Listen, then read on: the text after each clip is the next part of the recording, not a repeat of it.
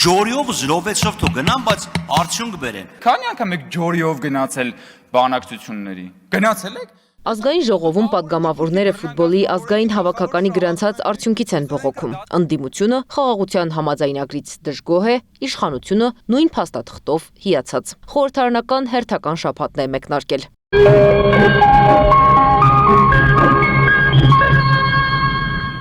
Հարգելի պատգամավորներ, խնդրում ենք զբաղեցնել տեղերը։ Նիստը սկսվում է։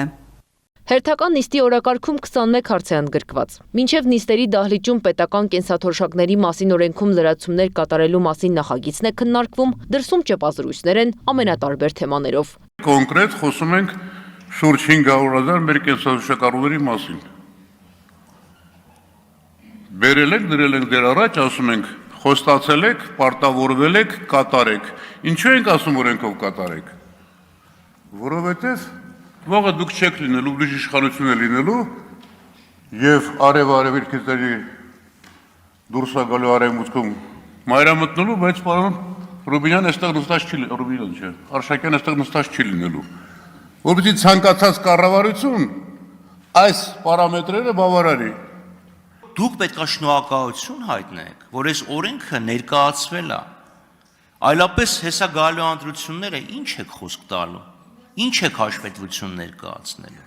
Լրագրողների հետ զրույցում իշխանության եւ ընդդիմության ներկայացուցիչները խոսել են հայ-ադրբեջանական հարաբերություններից։ Ալեն Սիմոնյանը նշել է, բանակցությունները փակուղի չեն մտել։ Հակառակը Բաքուն անակնկալի է եկել Հայաստանի պատրաստակամությունից։ Հայկական մարտավարությունը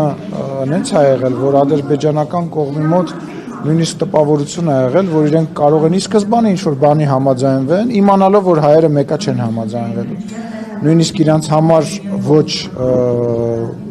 օգտակար, որոնց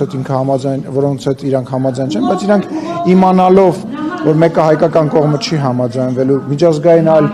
կառույցների, մասնակիցների մոտ այդ տպավորությունը անելու համար, հենց